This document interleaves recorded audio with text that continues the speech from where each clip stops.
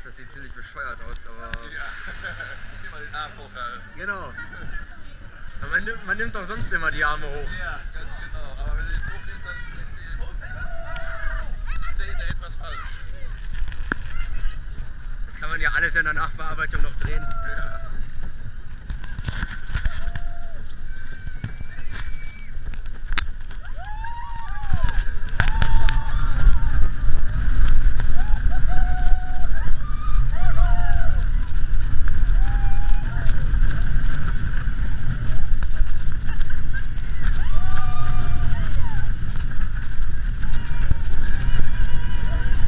Oh, das wird ein super On-Ride-Foto.